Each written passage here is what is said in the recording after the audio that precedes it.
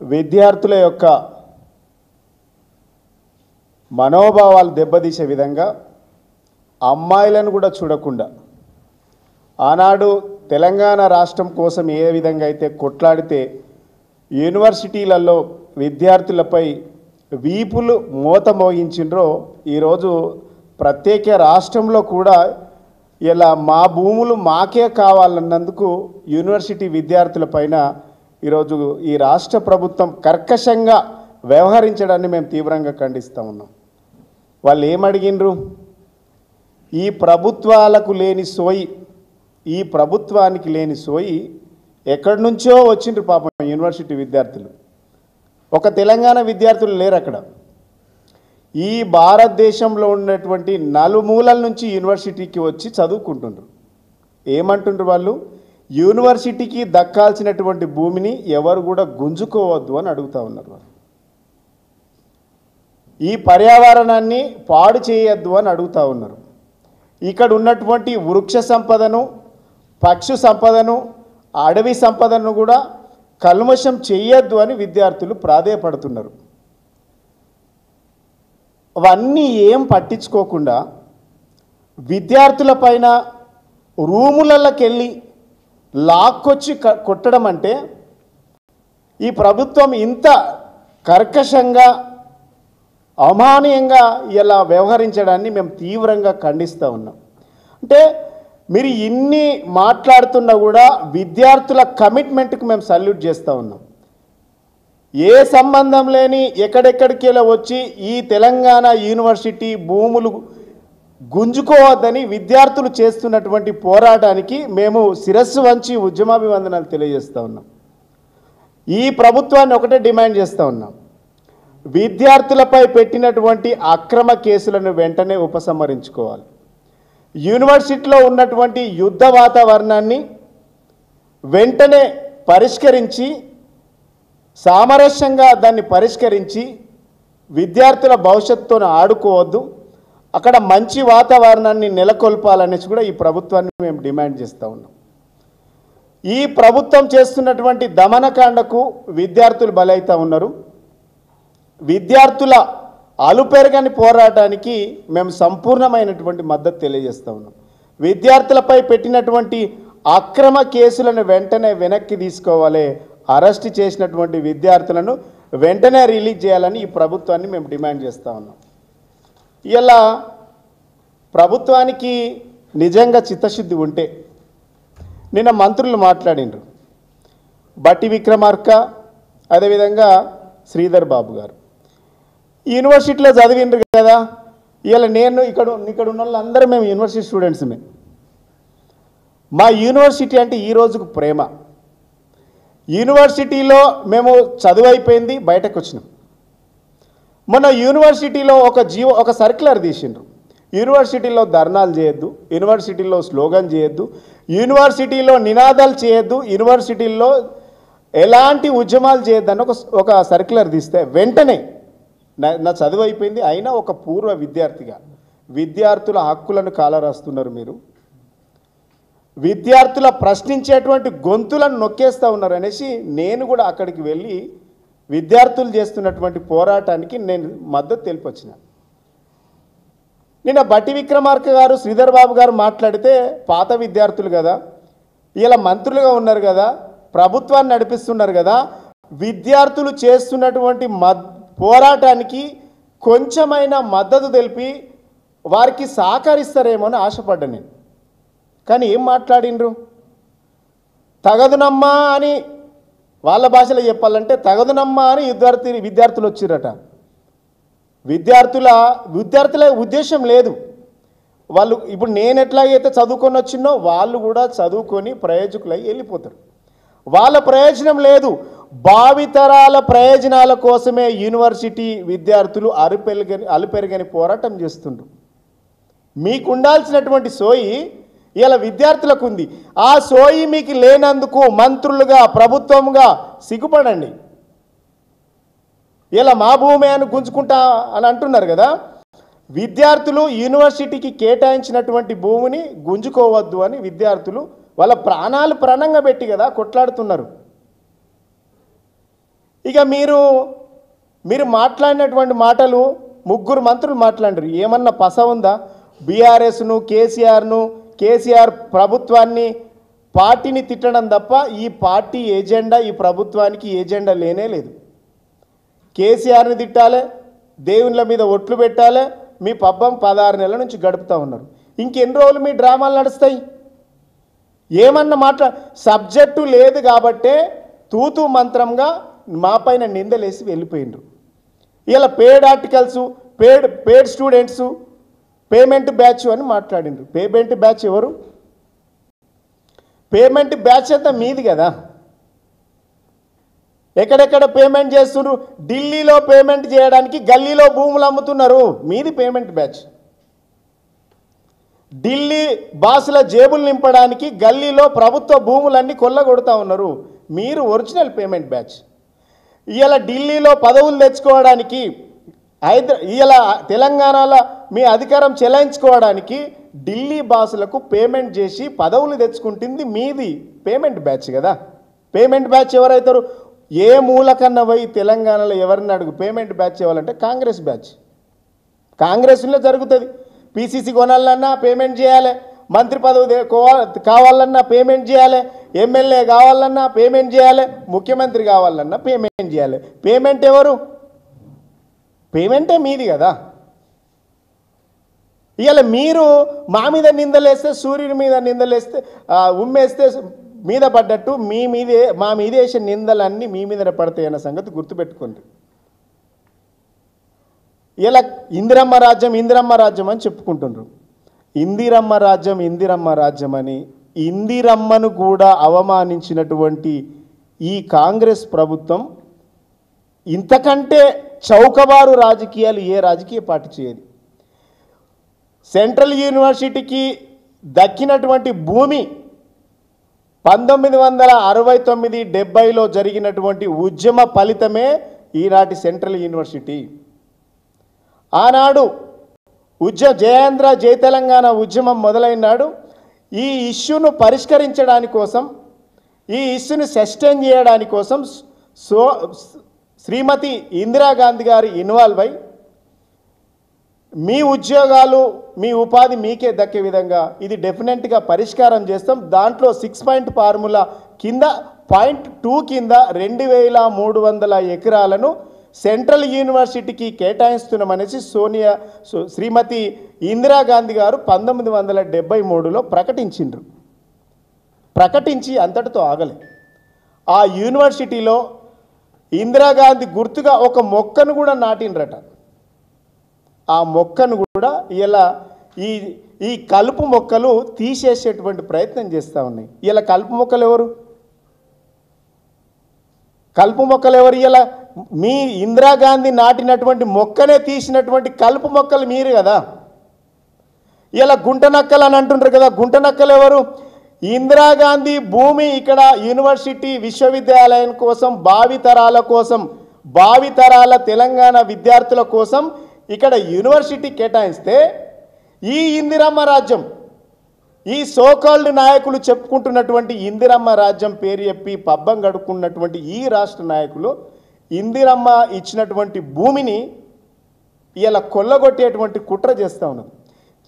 ఇప్పుడు 6 గ్యారంటీలను తెలంగాణ ప్రజలను మోసం చేసిండ్రు. 2 లక్షల రుణమాఫీ అని తెలంగాణ రైతులను మోసం చేసిండ్రు. 2 లక్షల ఉద్యోగాలు ఇస్తామనేసి యువతను మోసం చేసిండ్రు. ఇలా ఇందిరమ్మ పేరు చెప్పి అధికారంలోకి వచ్చి గద్దెనెక్కినాక ఇందిరాగాంధీ ఇచ్చినటువంటి భూమిని అప్పనంగా 30,000 కోట్లకు అమ్ముకొని ఇలా ఇందిరాగాంధీ పార్టీలో ఉండి ఇందిరమ్మను మోసం చేసినటువంటి నీచమైన ఘనమైన చరిత్ర ఎవరిది అంటే ఈ కాంగ్రెస్ పార్టీ నాయకులది, ఈ ప్రభుత్వాన్ని. అంటే ఇందిరమ్మ రాజ్యం అని చెప్పడం అనేది ఒక బోగస్. ఇందిరమ్మ రాజ్యం అని అనడం ఒక అబద్ధం. ఇందిరమ్మ రాజ్యం వచ్చిందని చెప్పడం ఒక భ్రమ. ఈ భ్రమలలో తెలంగాణ ప్రజలను బతికిస్తూ ఉన్నారు. ఈ ఇందిరమ్మ రాజ్యం అని చెప్పుకోవడానికి ఈ మంత్రులకు, ఈ ప్రభుత్వానికి కొంచెమైనా సిగ్గుందా అంటున్నా. మీ ఇందిరాగాంధీ పేరు చెప్పి ఇలా ఇందిరమ్మ ఇచ్చినటువంటి భూమినే గుంజుకుంటున్నారు కదా. ఇలా ఎట్లుందంటే ఆనాడు గురువేమో భూమి ఇచ్చిపోయిండు. ఆ భూమి ఇచ్చినాడు ఆయనే టీఆర్ఎస్లో ఉన్నాడు. ఆయన ఏం మాట్లాడి ఇలా గమ్మత్ ఏంటంటే ఎవరికీ లేని అధికారము, నిజంగా ఎవరికీ లేని ఎక్కడైనా మాట్లాడేటువంటి అవకాశం ఎవరికి ఉందంటే కేవలం ఈ రాష్ట్ర ముఖ్యమంత్రికి మాత్రమే ఉంది. 2004లో చంద్రబాబు నాయుడు ఐఎంజీ కంపెనీ బిల్లీరావుకి ఇచ్చినప్పుడు ఆయన బీఆర్ఎస్ పార్టీ ఉన్నాడు. ఆయన ఏం మాట్లాడి అన్నాడంటే అవి అట్లట్లిస్తుంది ఆంధ్ర ప్రాంత నాయకులకని మాట్లాడిండు. 2006లో రాజశేఖర రెడ్డి గవర్నమెంట్లోకి వచ్చిన తర్వాత బిల్లీరావుకి ఇచ్చినటువంటి ఆ భూమి ఏదైతుందో రద్దు చేస్తూ వెనక్కి తీసుకున్నారు. ఆనాడు తెలుగుదేశం పార్టీలో 2006లో ఉండి ఏం మాట్లాడిండు, రాజశేఖర రెడ్డి గారికి వ్యతిరేకంగా ఆ భూమి ఎట్లా రద్దు చేస్తామని మాట్లాడిండు. 2024లో దానికి ఏంది కోర్టు తీర్పు వచ్చిన తర్వాత ఇలా కోర్టు తీర్పు వస్తే ఇది మా ప్రభుత్వమే చేసింది, రాజశేఖర రెడ్డి మా పార్టీ కాబట్టి మా ప్రభుత్వమే చేసింది అంటారు. ఇంత పెద్ద అవకాశం ఎవరికైనా ఉంటుందా? అంటే ఎటు పెట్టినా ఆయనదే నడుస్తుంది. 2004లో ఇటున్నప్పుడు చంద్రబాబు మీద మాట్లాడు, చంద్రబాబు నాయుడు పార్టీలో ఉన్నప్పుడు రాజశేఖర రెడ్డికి వ్యతిరేకంగా మాట్లాడు, ఇలా కాంగ్రెస్ పార్టీలో ఉండి ముఖ్యమంత్రి అయింది కాబట్టి 2006లో మా నాయకుడు రాజశేఖర రెడ్డి ఇచ్చింది కాబట్టి ఇది మాకే క్రెడిట్ దక్కుతుంది అని అంటుండు. గిన్ని ఏషాలు, గిన్ని వంకలు, గిన్ని కథలు ఎవరికన్నా వచ్చా? ఆల్ టైమ్స్ అన్ని పార్టీలను అందరినీ మోసం చేస్తున్నటువంటి పార్టీ నాయకులు ఇలా ఈ రాష్ట్ర ముఖ్యమంత్రి గారు. ఇంకేం కావాలి? ఇలా దానికోసమే అడుగుతున్నాం మేము. నిజంగా ఈ సెంట్రల్ యూనివర్సిటీకి దగ్గర మీరు తీసుకున్నటువంటి భూమి ఆనాడు గమ్మత్ ఏంటంటే ఇంకా కొంచెం డెప్త్ సబ్జెక్ట్ పోతే చంద్రబాబు నాయుడు ముఖ్యమంత్రిగా ఉన్నప్పుడు 2003లో ఒక 3 నెలల ముందు ఈ భూమిని కేటాయించిండు. 3 నెలల తర్వాత 2004 మే తర్వాత కాంగ్రెస్ పార్టీ అధికారంలోకి వచ్చింది. ఈ భూమి ఇవ్వడానికి హోంశాఖ మంత్రిగా ఉన్నటువంటి అప్పటి దేవేంద్ర గౌడ్ బంధువు ఎవరంటే రిజిస్టర్గా ఉన్నాడు. రిజిస్టర్ ఉండడం వల్ల ఏమైందంటే చంద్రబాబు నాయుడు సెంట్రల్లో ఇటు స్టేటు వాజ్పేయి ప్రధానమంత్రిగా ఉన్నారు. ఈ రాష్ట్రాన్ని సెంట్రల్ని ఏకఛత్రాధిపతిగా తింపి ఆనాడు కేంద్రం కూడా కనీసం చంద్రబాబు నాయుడు మీద నోరు తెరవలేనటువంటి ఒక దీనమైనటువంటి పరిస్థితిలో ఉంది. కాబట్టి ఆనాడు ఈ భూమిని అప్పనంగా ఒక ప్రైవేటు వ్యక్తులకు బిల్లీరావు అనేటువంటి ఒక ప్రైవేట్ కంపెనీ చంద్రబాబు నాయుడు ఏజెంట్కు ఇవ్వడం జరిగింది. ఎవరికి ఇచ్చిండ్రు ఈ భూమిని అంటే బిల్లీరావు అనేటువంటి ఒక ప్రైవేట్ చంద్రబాబు నాయుడు ఏజెంట్కి ఇచ్చిండ్రు. ఇలా ఆ భూమిని ఇవ్వడానికి సర్వే నంబర్ 25లో ఉన్నటువంటి ఈ 400 ఎకరాల భూమిని ఇవ్వడానికి మేము బయట మీకు 537 ఎకరాల భూమిని ఇస్తామని చెప్పిండ్రు. ఈ 537 ఎకరాల భూమిని ఇస్తామని చెప్పి ఈ 400 ఎకరాల భూమిని తీసుకున్నారు. మళ్ళీ ఈ 500 ఎకరాల్లో 537 ఎకరాల్లో ఇస్తామని చెప్పినటువంటి భూమి మరి ఈ రోజు వరకు యూనివర్సిటీకి ఎందుకు ఇయ్యలే? యూనివర్సిటీ అడుగుతున్నటువంటి డిమాండ్ న్యాయమైందే కదా. ఇంకో విషయం చెప్పాలి. ఆర్టికల్ 371(d and e) 32 రాజ్యాంగ సవరణ చేసి చట్టబద్ధత చేసిన తర్వాత ఈ 2300 ఎకరాలు హైదరాబాద్ సెంట్రల్ యూనివర్సిటీకి ఇస్తున్నాము అనేసి ఆనాడు శ్రీమతి ఇందిరాగాంధీ గారు స్పష్టంగా చెప్పారు. ఒకవేళ ఈ భూమి వేరే వాళ్ళకి ఇయ్యదలుచుకున్నా బదలాయించదలుచుకున్నా రాజ్యాంగ సవరణ చేయాలనేటువంటి చరిత్ర కూడా ఇక్కడ మనకు ఆనవాళ్ళు కనబడతా ఉన్నాయి. ఇలా సమైక్య రాష్ట్రంలో తెలంగాణ భూములు అప్పనంగా దారాదత్తం ప్రైవేటు వ్యక్తులకు అప్పనంగా దారాదత్తం చేసిందనడానికి ఇది ఒక ఎగ్జాంపులే.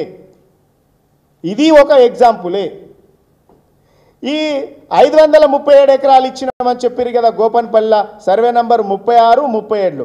ఆ భూమిని ప్రధానమంత్రి ఆదేశాల మేరకు ఆనాటి ప్రధానమంత్రి 2006 తర్వాత ప్రధాని మన్మోహన్ సింగ్ ఆదేశాల మేరకు టిఐఎఫ్ఆర్ కింద ఆదేశాల మేరకు Tata institute of fundamental research కింద 2006 ఎకరాల భూమిని 206 ఎకరాల భూమిని ఇచ్చేసిండ్రు. తర్వాత ఇంకేమైందంటే national institute of animal biotechnology research సెంటర్కు 100 ఎకరాలు ఇచ్చేసిండ్రు. ఈయన 300 ఎకరాలు పోయింది కదా. మరి ఈ హెచ్సియుకి ఇచ్చినటువంటి బదలాయించినటువంటి భూమి యూనివర్సిటీ ఆధీనంలో లేదు. ఇంకో గొప్ప విషయం ఏంటంటే యూనివర్సిటీ ఆనాడు 2300 ఎకరాలకు కోటి రూపాయల విలువతో 2300 ఎకరాలకు కాంపౌండ్ వాల్ కట్టినటువంటి చరిత్ర ఉంది. ఈ దేశంలో ఏ యూనివర్సిటీకి కాంపౌండ్ వాల్ లేదు, కానీ ఆనాడే 73-74 సంవత్సరంలో కోటి రూపాయలతోని కాంపౌండ్ వాల్ పెట్టినటువంటి చరిత్ర కూడా ఆ యూనివర్సిటీకి ఉన్నది. ఇలా దీన్ని అంతా చేసి ఏం చేసిండ్రంటే ఇలా అప్పనంగా అమ్ముకుంటేటువంటి ప్రయత్నం చేస్తూ ఉన్నారు. ఇలా ఈ ప్రభుత్వం 2024లో మేము అధికారంలో రాగానే తీర్పు వచ్చేసింది. ఇలా మేము కూడా అధికారం ఇలా ఈ భూమిని కాపాడింది బీఆర్ఎస్ పార్టీ, ఈ భూమికి రక్షణగా ఉన్నది బీఆర్ఎస్ పార్టీ. ఇలా ఈ భూమి పూర్తిగా కేసును కొట్లాడింది కూడా బీఆర్ఎస్ ప్రభుత్వం, కేసీఆర్ ప్రభుత్వం. ఇలా కేసు రాగానే ఇలా హైకోర్టులో కొట్టేయగానే సుప్రీంకోర్టు పోయింది. కేసు రాగానే ఈ ప్రభుత్వం ఏం చేసిందంటే టీజీఐఐసితోని ఒప్పందం చేసుకున్నారు. టీజీఐఎస్తో ఒప్పందం చేసుకుని 30,000 కోట్ల రూపాయలు తనఖా పెట్టి 30,000 రూపాయలు తీసుకున్నది. హైకోర్టులో ఎప్పుడైతే ఓడిపోయిండో బిల్లీరావు ఈ హైకోర్టును ఛాలెంజ్ చేసి సుప్రీంకోర్టుకు పోయిండు. సుప్రీంకోర్టులో అది కేసు తీసుకోలేదు, కేసు కొట్టేసింది. వెంటనే వీళ్ళు ఏం చేశారంటే ఈ భూమిని టీజీఐఎస్ కింద వీళ్ళు 30,000 కోట్లకు తనఖా పెట్టి ఈ 30,000 కోట్ల కూడా తనఖా పెట్టి వీళ్ళు ఇంకో పని ఏం చేసిరంటే మళ్ళీ యాక్షన్ పెట్టుకోవడానికి కూడా ఒక అమెండ్మెంట్ రాసుకున్నారు. అందులో నేను చెప్పలేదా 30,000 కోట్లకు తనఖా పెట్టింది టీజీఐఎస్ దగ్గర, మళ్ళీ అవకాశం వస్తే మేము యాక్షన్ పెట్టుకొని అమ్ముకుంటామని కూడా అందులో ఒక క్లాజ్ పెట్టుకున్నారు. అంటే ఆల్ టైమ్ రికార్డ్స్లో ప్రజలను ఇటు సంస్థలను మోసం చేస్తున్నటువంటి ఏకైక ప్రభుత్వం ఈ రాష్ట్ర ప్రభుత్వం అన్నదానికి ఇంకెంత ఆనవాళ్ళు కావాలి. కేసీఆర్ గారు ప్రభుత్వంలో ఈ 15-16లో ఈ కేసు వచ్చినప్పుడు హైకోర్టు అడిగింది మీ ప్రభుత్వం యొక్క ఇంట్రెస్ట్ ఏందని, ఈ ప్రభుత్వం ఇంట్రెస్ట్ ఏందని ప్రభుత్వంను హైకోర్టు అడిగినప్పుడు ఈ యూనివర్సిటీకి మిగిలి ఉన్నటువంటి భూమిని ఈ యూనివర్సిటీలో ఇంకా మిగిలిపోయినటువంటి భూమిని అది 1600 1700 ఆ భూమి ఎంతుందో దాన్ని సర్వే చేసి ఆ యూనివర్సిటీకే రిజిస్టర్ చేయమని చెప్పినటువంటి ఘనత మాది. ఇలా మేము కొట్లాడితే 2023 డిసెంబర్లో మీరు అధికారంలోకి వచ్చిండ్రు, 2024లో ఆగస్టులో అది జడ్జిమెంట్ వచ్చింది. ఇలా దాని జడ్జిమెంట్ రాగానే ఇలా మేమే కొట్టేసినాం క్రెడిట్ అని చెప్పుకోవడం హాస్యాస్పదం. ఇది ఎట్లుందంటే నారు పోసినోడు ఎవరు, నీరు పోసినోడు, ఇలా క్రెడిట్ మీరు తీసుకుంటారు. అంటే రాజశేఖర రెడ్డి చేసినటువంటి ప్రయత్నం, కేసీఆర్ గారు చేసినటువంటి ప్రయత్నం, ఇవన్నీ కూడా క్రెడిట్ అంతా కూడా ఇలా మేమే తీసుకుంటున్నామని చెప్పుడు ఎంత హాస్యాస్పదం. అంటే కేసీఆర్ గారి ప్రభుత్వంలో 35,000 ఉద్యోగాలకు నోటిఫికేషన్లు ఇచ్చి పరీక్షలు పెట్టి ఇంటర్వ్యూలు కండక్ట్ చేసి ఇలా ఎలక్షన్ నోటిఫికేషన్ రావడం వల్ల మేము ఎట్లయితే జాప్యం జరిగిందో ఇలా ఆర్డర్ కాపీలు ఇచ్చి ఇలా ఉద్యోగాలు మేమే ఇచ్చినామని చెప్పుకునుడు ఎంత దిక్కుమాలిన చర్యనో ఇలా గత ప్రభుత్వం చేసినటువంటి ప్రయత్నాన్ని పక్కన పెట్టి ఇది కూడా నేనే చేసిన అన్నటువంటి క్రెడిట్ ముఖ్యమంత్రి గారు చేస్తూ ఉన్నారు. మేము కట్టినటువంటి బిల్డింగ్లకి ఇలా రంగులేసి ఇది బ్యూటిఫికేషన్ అంటుండ్రు, మేము కట్టినటువంటి ఫ్లైఓవర్లకు రంగులేసి ఇది బ్యూటిఫికేషన్ అంటుండ్రు, మేము ఇచ్చినటువంటి నోటిఫికేషన్లకు ఆర్డర్ కాపీలు ఇచ్చి మేము జాబ్ క్రియేషన్ అంటుండ్రు. మరి మీరు ఎప్పుడు జాబ్ క్రియేషన్ చేసిండ్రు, ఎప్పుడు బ్యూటిఫికేషన్ చేసిండ్రు? ఇలా మీరు ఏడాదిలోనే గత ప్రభుత్వం ఏ ప్రయత్నం చేయకుండా ఇలా మీ అకౌంట్లో వేసుకుంటారు. అంటే అంది వస్తేనేమో మీ అకౌంట్లో వేస్తారు, లేదంటే చెడిపోతేనేమో పక్కన ఖాతాలు వేసేటువంటి ప్రయత్నం ఈ ప్రభుత్వం చేస్తుందనడానికి ఇంతకంటే దిక్కుమాలినటువంటి సందర్భం లేదని కూడా సందర్భంగా గుర్తు చేస్తాను. ఇంకోటి టీజీఐఎస్కి ఇచ్చేటప్పుడు ఇంకో ప్రతిపాదన ఏంటంటే టీజీఐఎస్కి ఈ ల్యాండ్ని ఎప్పుడైతే 400 ఎకరాలు బదిలాయించి 30,000 కోట్లు తీసుకున్నారో, ఎకరానికి 75 కోట్ల చొప్పున 400 ఎకరాల భూమిని 30,000 కోట్లకు స్టాంప్ డ్యూటీ మినహాయిస్తూ 2024 జూన్ నాడు టీజీఐఎస్కి తరలించింది, బదలాయించింది. అదేవిధంగా ఈ కంచెపచ్చిబౌల్లో ఉన్నటువంటి ఈ భూమిని కూడా మళ్ళీ యాక్షన్ పెట్టుకోవడానికి కోసం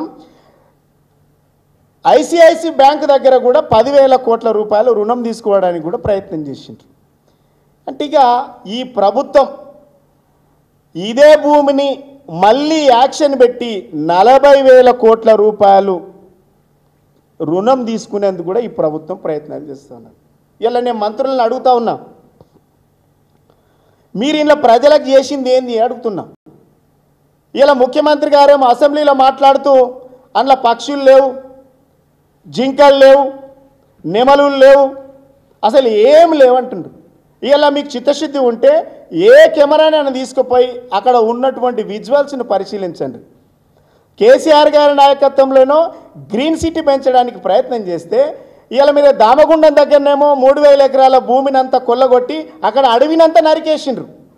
అంబేద్కర్ యూనివర్సిటీకి ఉన్నటువంటి ఆ భూములను కూడా కొల్లగొట్టేటువంటి ప్రయత్నం చేసిండ్రు.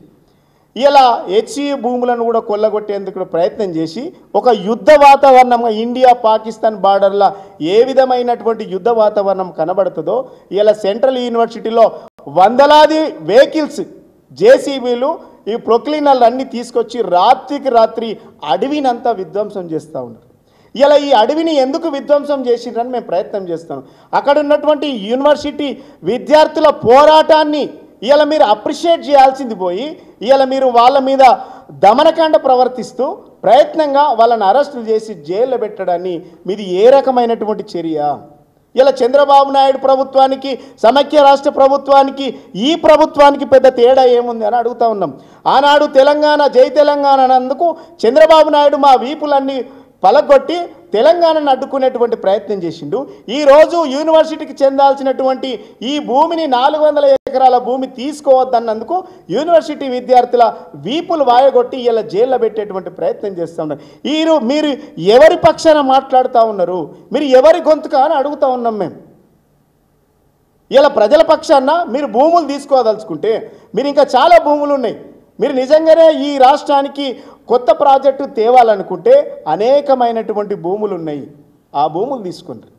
యూనివర్సిటీ అనేది ఒక సరస్వతి తల్లి, ఎంతోమందికి అవకాశాలు ఇచ్చేటువంటి ఒక యూనివర్సిటీ విశ్వవిద్యాలయాన్ని కూడా మీరు విధ్వంసం చేస్తున్నారు. అంటే ఈ 16 సంవత్సరాలలో ఈ కాంగ్రెస్ ప్రభుత్వం విధ్వంసం తప్ప, విషం తప్ప తెలంగాణకు సమకూర్చింది, చేకూర్చింది ఏం లేదు.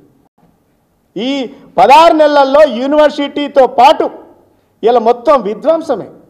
మీరు కట్టింది ఏం లేదు, కూల్చుడే. మీరు నిర్మాణాలు లేవు, కూల్చుడే. మీరు ఏంది కాల్చుడు కూల్చుడు తప్ప నిర్మాణాలు మీ హయాంలో లేవు. ఇవన్నీ డైవర్ట్ చేయడానికి కోసం ఏదో ఒకటి మా మీద విషం కక్కేటువంటి ప్రయత్నం చేస్తూ ఉన్నారు. ఇలా మేము ఒకటే, ఈ వేదిక నుంచి మేము ఒకటే డిమాండ్ చేస్తూ ఉన్నాం. మేము మళ్ళీ చెప్తా ఉన్నాం, యూనివర్సిటీలో మీరు సర్క్యులర్ ఇచ్చి ఉస్మానియా యూనివర్సిటీ విద్యార్థులు రెచ్చగొట్టిండ్రు. ఇలా సెంట్రల్ యూనివర్సిటీలో 400 ఎకరాల భూమిని కొల్లగొట్టడానికి ఎక్కడ భూమి లేనట్టుగా విద్యార్థులను రెచ్చగొడతా ఉన్నారు. విద్యార్థులతో పెట్టుకున్న వాళ్ళు ఎవ్వరు కూడా బాగుపడలేదు. విద్యార్థులతో గోక్కోకుండ్రి. విద్యార్థులతో పెట్టుకుంటే ప్రభుత్వాలను నిర్మించగలరు, ప్రభుత్వాలను కూల్చగలరు. ఆ విద్యార్థులకు ఆ శక్తి ఉంది. మీకు చేతనైతే మీరు ఇచ్చినటువంటి హామీల మీద మాట్లాడండి, మీరు ఇచ్చినటువంటి హామీల మీద ప్రయత్నం చేయండి, హామీలు నెరవేర్చండి. వాటి మీద నెరవేర్చడానికి ప్రయత్నం చేయాలి తప్ప ఇలా బీఆర్ఎస్ పార్టీ పైన విషం గక్కుతూ, కేసీఆర్ గారి పైన విషం గక్కుతూ ఇలా మా పార్టీ పైన నిందలేస్తా అంటే ఇలా ఆ ఉద్యమం వెనుక కూడా మేమే ఉన్నమాట. పచ్చకామెరలోనికి లోకమంతా పచ్చ కనబడ్డట్టు కాంగ్రెస్ పార్టీ వాళ్ళందరికీ ఈ పచ్చకామెరలు వచ్చినట్టున్నాయి. ఏ పని చేసినా దాని వెనుక బీఆర్ఎస్ పార్టీ ఉందనుకుంటున్నారు. బీఆర్ఎస్ పార్టీ లేదు, ప్రజలు ఉన్నారు, ప్రకృతి ప్రేమికులు ఉన్నారు, అక్కడ ఉన్నటువంటి వన సంపద ప్రేమికులు ఉన్నారు, అడవిని ప్రేమించేటువంటి ప్రేమికులు ఉన్నారు, పొల్యూషన్ వద్దనేటువంటి ప్రేమికులు ఉన్నారు, ప్రజల యొక్క ఆ మనోభావాలను దెబ్బతీయకుండా ఇలా హైదరాబాద్కు గుండెకాయ లంగ్ స్పేస్ లాంటి ప్రాంతాన్ని మీరు దుర్వినియోగం చేసి విధ్వంసం చేస్తున్నటువంటి ఈ ప్రయత్నాన్ని కాంగ్రెస్ ప్రభుత్వం ఆపాలి. మీకు చిత్తశుద్ధి ఉంటే మీరు కొత్త ప్రాజెక్టులు కట్టాలనేటువంటి నిజంగానే మీకు నిశ్చలమైన స్థితి మంచి మనసు ఉంటే చాలా భూములు ఉన్నాయి. ఇలా మీరు మీ ప్రభుత్వాన్ని భూములు అమ్ముకొనే కదా మీ ప్రభుత్వాన్ని నడుపుతుంది. ఈ ప్రభుత్వానికి భూముల మీద ప్రేమ ఉంది ఎందుకుందో అర్థమవుతలేదు. వచ్చి రాగానే ఆనాడు ప్రతిపక్షంలో ఉన్నప్పుడు ఏం మాట్లాడిండ్రు? భూములు అమ్ముకుంటూ పోతే ఇది పెద్దల సంపద, వారసత్వంగా వస్తున్నటువంటి సంపద, ఈ సంపదను మనం కొల్లగొట్టుకుంటా అమ్ముకుంటా పోతే రేపు బొందబెట్టడానికి 6 గజాల జాగా ఉండదని మాట్లాడినటువంటి పెద్ద మనుషులకు నేను మాట్లాడుతూ ఉన్నా. ఇలా మీ ప్రభుత్వ భూములన్నీ అప్పనంగా అమ్ముకుంటూ పోతే వేలం వేసుకుంటూ పోతే రేపు మనం చచ్చిపోతే బొందబెట్టడానికి కూడా జాగా ఉండదు కదా అనేటువంటి ఆ విషయాన్ని గుర్తుపెట్టుకోవాలని అడుగుతూ ఉన్నా. ఇలా భూమితోనే వీళ్ళ ప్రభుత్వం అంతా నడుస్తూ ఉన్నారు. అక్కడ పోయి లగచర్లలో భూములు గుంజుకుంటారు, అక్కడ పోయి ఫార్మసిటీలో భూములు గుంజుకుంటారు, ఇక్కడ పోయి యూనివర్సిటీలో భూమి గుంజుకుంటారు. ఎటువెట్టి ఈ కాంగ్రెస్ ప్రభుత్వం మొత్తానికి కూడా భూముల చుట్టూ భూములు అమ్ముకోవడము, భూములు కొల్లగొట్టడము, ఈ భూముల మీదనే ఈ కాంగ్రెస్ ప్రభుత్వం పడ్డది. ఇది భూముల మీద వీళ్ళకు ఆశపడింది. తెలంగాణ భూముల నమ్మి సమైక్య రాష్ట్రంలో ఏ విధంగా అయితే భూములను కొల్లగొట్టి ఆనాడు విధ్వంసం చేసిండ్రో తెలంగాణను, తెచ్చుకున్నటువంటి తెలంగాణను కూడా ఈ కాంగ్రెస్ పార్టీ విధ్వంసం చేసి తెలంగాణను విచ్ఛిన్నం చేయడానికి కుటిల ప్రయత్నాలు చేస్తుంది. ఇది ఆపకుంటే, ఇది నిలువరించకుంటే విద్యార్థులు అందరూ పెద్ద ఎత్తున ఉద్యమం మొదలు పెడతారు. దీంట్లో ప్రతి తెలంగాణ పౌరుడు, తెలంగాణ మట్టి బిడ్డ, దాంతోపాటు పక్క రాష్ట్రాల్లో చదువుతున్నటువంటి విద్యార్థులు కూడా మేల్కొని ఇలా న్యాయమైనటువంటి మా భూములు మాకు కావాలి, ఇలా ఇక్కడ చదువుకున్నటువంటి విద్యార్థుల సంపద ఇది, ఈ భూములన్నీ లాక్కుంటూ పోతే రేపు చదువుకోవడానికి ఈ భూమే మిలగదని విద్యార్థులు పోరాటం చేస్తున్నారు. ఇలా ఈ విద్యార్థుల తరపున డెలిగేషన్స్ కూడా ఢిల్లీలో హెచ్ఆర్డి మినిస్టర్ని కలిసినాం. ఇది న్యాయమైనటువంటి డిమాండు. ప్రభుత్వం సరైనటువంటి విధానంలో పోక, సరైన క్లారిటీ లేక, వాళ్ళకు అడ్మినిస్ట్రేషన్ మీద అవగాహన లేక ఇలా పిచ్చి పిచ్చి పనులు చేసి ఇలా మా మీద విషం కక్కేటువంటి ప్రయత్నం చేస్తుంది. కాబట్టి ఇది ఇప్పటికైనా సోయి తెచ్చుకొని, జ్ఞానం తెచ్చుకొని మంచి పరిపాలన చేయాలని ఈ కాంగ్రెస్ పార్టీకి హితవు చేస్తాం. Thank you.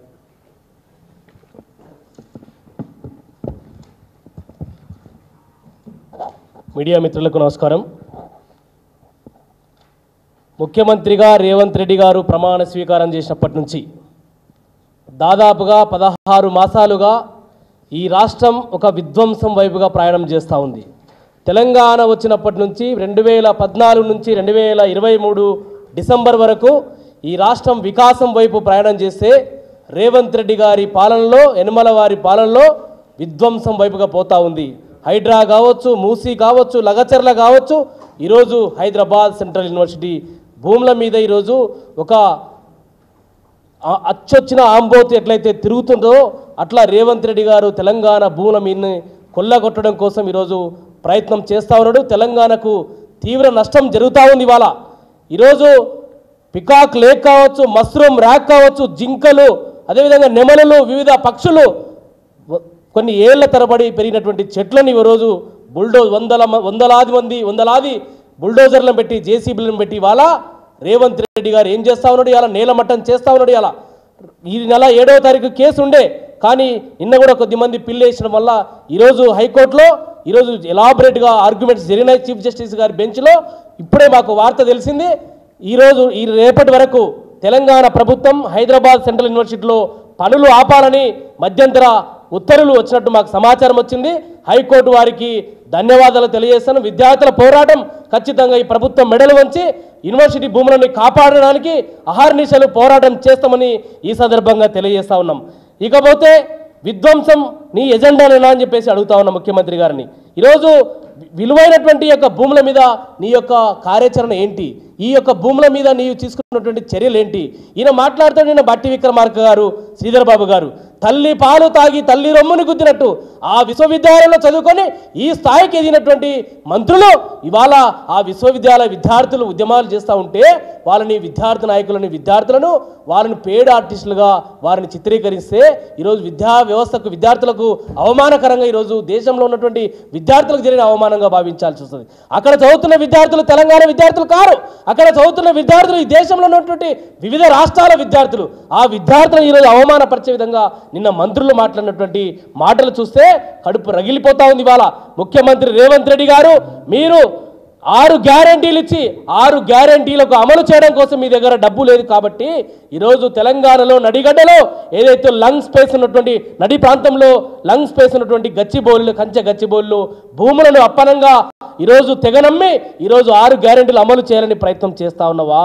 ఈరోజు FRBM లిమిట్కి లోబడే మేము నిధులను సమకూరుస్తున్నామని కేంద్రానికి ఒకవైపు ఉత్తరం రాస్తూ ఇక్కడ తెలంగాణలో భూములను తెగనమ్మడం అంటే నీ ద్వంద్వ వైఖరి కాదా అని అడుగుతా ఉన్నాం. ఇవాళ గత ప్రభుత్వం నియోపోలిస్లో భూములను యాక్షన్ పెడితే ఏం మాట్లాడిన రేవంత్ రెడ్డి గారు ఎవరైనా చనిపోతే కనీసం బొందలగడ్డ కూడా జాగ లేకుండా అమ్ముకుంటా పోతే ఏ రకంగా సమాధానం చెప్తారని చెప్పేసి మాట్లాడిన పెద్ద మనిషి ఈరోజు నీ ఏక వైఖరి ఏంటి? ఇవాళ దీనికి చెప్తున్న సమాధానం ఏంటి? ఇవాళ ఆ రోజు అట్లా మాట్లాడినటువంటి మా నాయకుడు మీరు ఈరోజు ముఖ్యమంత్రిగా మీరు చేస్తున్న చర్యలేందని ఈ సందర్భంగా నేను సూటిగా ప్రశ్నిస్తా ఉన్నా. కాబట్టి మీరు విద్యార్థులను అవమానిస్తే మాత్రం ఎట్టి పరిస్థితుల్లో ఆగేది లేదు. ఖచ్చితంగా వారి పక్షాన బీఆర్ఎస్ పార్టీ కొట్లాడుతుంది, పోరాటం చేస్తుందని సందర్భంగా తెలియజేస్తూ రేవంత్ రెడ్డి గారిని ఖచ్చితంగా విద్యార్థుల పక్షాన ఈ రాష్ట్ర ప్రజల పక్షాన దేశ ప్రజల పక్షాన వారిని ఎండగడతాం. ఇంకొక చిన్న విషయం, గతంలో రోహిత్ వేముల గారు చనిపోతే రాహుల్ గాంధీ గారు ఈరోజు LOP ఈ దేశంలో ప్రతిపక్ష నాయకుడు కాంగ్రెస్ పార్టీ ఇందిరమ్మ మనమడు మీ నాయనమ్మ ఇందిరమ్మ కేటాయించినటువంటి భూములు ఇందిరమ్మ ఇచ్చినటువంటి విశ్వవిద్యాలయ భూములను ఈరోజు తెగ నమ్ముతా ఉంటే రాహుల్ గాంధీ గారు ఏం చేస్తా ఉన్నారు? మహారాష్ట్రలో ఛత్తీస్గఢ్లో గ్రీన్ హంట్కు పాల్పడుతుందని మాట్లాడేటువంటి దేశవ్యాప్తంగా రాజ్యాంగం పట్టుకొని తిరిగేటువంటి రాహుల్ గాంధీ ఈ రాష్ట్రంలో తెలంగాణ రాష్ట్రంలో నీ ఇందిరమ్మ రాజ్యమే నడుస్తూ ఉంది. ఇవాళ నీ వారసుడు నీ యొక్క శిష్యుడు అయినటువంటి రేవంత్ రెడ్డి గారు ఇక్కడ ముఖ్యమంత్రిగా ఉండి ఈ భూములను నమ్ముతా ఉంటే రాహుల్ గాంధీ గారు ఎందుకు మాట్లాడట్లేదు అని ఈ సందర్భంగా మేము ప్రశ్నిస్తా ఉన్నాము. రాహుల్ గాంధీ గారు కాంగ్రెస్ అధిష్టానం కూడా తేల్చుకోవాల్సిన అవసరం ఉంది. మీరు రాజకీయం కోసం గతంలో రోహిత్ వేముల చనిపోతే ఒకే నెలలో 2 సార్లు వచ్చిన రాహుల్ గాంధీ ఈరోజు తెలంగాణలో హైదరాబాద్ విశ్వవిద్యాలయంలో సెంట్రల్ యూనివర్సిటీలో విద్యార్థులు మహిళలు ఈరోజు విరోచితంగా పోరాటం చేస్తూ ఉంటే ఆ పోరాటాన్ని గుర్తించి మీరు ఇకనైనా మేల్కొని మీ స్వయాన మీ NSCA ఈరోజు లెటర్ రాసి పాంప్లెంట్ రిలీజ్ చేస్తూ ఉంది. రేవంత్ రెడ్డి గారి చర్యలను ఎండగడతా ఉంది. రేవంత్ రెడ్డి గారిని మీరు నిలువరించకపోతే కాంగ్రెస్ పార్టీని ఈ రాష్ట్రంలో భూస్థాపితం చేయడం తప్పదని చెప్పి సందర్భంగా మనవి చేస్తూ సెలవు తీసుకుంటా ఉన్నాం. జై కేసీఆర్. ఒక్క నిమిషం. ఇందాక జూపల్లి కృష్ణారావు గారు బీఆర్ఎస్ పార్టీ సిల్వర్ జూబ్లీ మీద కామెంట్ చేసిండ్రు. ఇలా జూపల్లి కృష్ణారావు గారికి అడుగుతా ఉన్నాం, ఏమి లేని నాడు ఒక్కరిద్దరితో మొదలైనటువంటి పార్టీ ఇలా 65 లక్షల మందికి మెంబర్షిప్ చేసినటువంటి ఘనత బీఆర్ఎస్ పార్టీకి. ఈ దేశంలో ఏ పార్టీకి లేనంత మెంబర్షిప్ ఒక బీఆర్ఎస్ పార్టీకి ఉందన్న సంగతి గుర్తుపెట్టుకోండి. ఆనాడు నీ కాంగ్రెస్ పార్టీ వెంటిలేటర్ మీద ఉంటే ఆక్సిజన్ ఇచ్చి ఆ పార్టీని కాపాడింది కూడా బీఆర్ఎస్ పార్టీ, కేసీఆర్ గారే. నువ్వు కాంగ్రెస్ పార్టీలో ఉండి జై తెలంగాణ అనుమంటే రాజీనామా చేయకుంటే రాళ్లతోని కొడతామని చెప్పినటువంటి విద్యార్థులకు భయపడి తలొగ్గి బీఆర్ఎస్ పార్టీలో చేరినటువంటి చరిత్ర కూడా మర్చిపోకూడదని అడుగుతా ఉన్నా. ఆనాడు తెలంగాణ రాష్ట్ర సాధన కోసం ఇదే వరంగల్ జిల్లాలో 25 లక్షల మందితోని భారీ బహిరంగ నిర్వహించి దేశాన్ని తెలంగాణ వైపు తిప్పి తెలంగాణ రాష్ట్రం సాధించినటువంటి చరిత్ర బీఆర్ఎస్ పార్టీకి ఉంది. ఆ చరిత్ర చూసే కదా బీఆర్ఎస్ పార్టీలో జాయిన్ అయినరు మీరు. ఇలా బీఆర్ఎస్ పార్టీకి ఎక్కడికి వెళ్ళి వచ్చింది? బీఆర్ఎస్ పార్టీ బలం ప్రజలు, బీఆర్ఎస్ పార్టీ సంపద ప్రజలు, బీఆర్ఎస్ పార్టీకి అన్ని విధాలుగా శ్రీరామ రక్షగా ప్రజలే ఉండి మమ్మల్ని ఇంత దూరం నడిపించారు. రేపు మీటింగ్ కూడా నిన్న పేపర్లో చూసిండ్రు కదా, తెలంగాణ ఆడబిడ్డలు మీటింగ్ పోవడానికి కంకులు అమ్మి కంకులు కంకులు ఎత్తడానికి కూలిపోయి వచ్చిన డబ్బులతోని మీటింగ్కి పోతామని చెప్పినటువంటి చరిత్ర జూపల్లి గారు గుర్తుపెట్టుకోవాలి. ఇది బీఆర్ఎస్ పార్టీకి ఉన్నటువంటి చరిత్ర. మీ పార్టీకి ఏం చరిత్ర? మోసాలు. మీ పార్టీ అంతా మోసాలు, చీటింగు, అబద్ధాలు, అక్రమాలే కదా. మా పార్టీతో మీ పార్టీకి కంపేర్ చేసేటువంటి నైతిక హక్కు ఉందా జూపల్లి గారు? 10 లక్షలు అనేది చిన్నది, 25 లక్షల మందితోనే మీటింగ్ పెట్టినాం. ఇలా మాకు 10 లక్షల మంది అనేది పెద్ద సమస్యనే కాదు. తెలంగాణ ప్రజలు ఈ కాంగ్రెస్ పార్టీపై కర్రు కాల్చి వాతలు పెట్టడానికి ఇంటికి 4 బయలుదేరుతుండ్రు. ఆపుకుంటారేమో, దమ్ముంటే ఆపుకొని చూద్దాం. జై తెలంగాణ.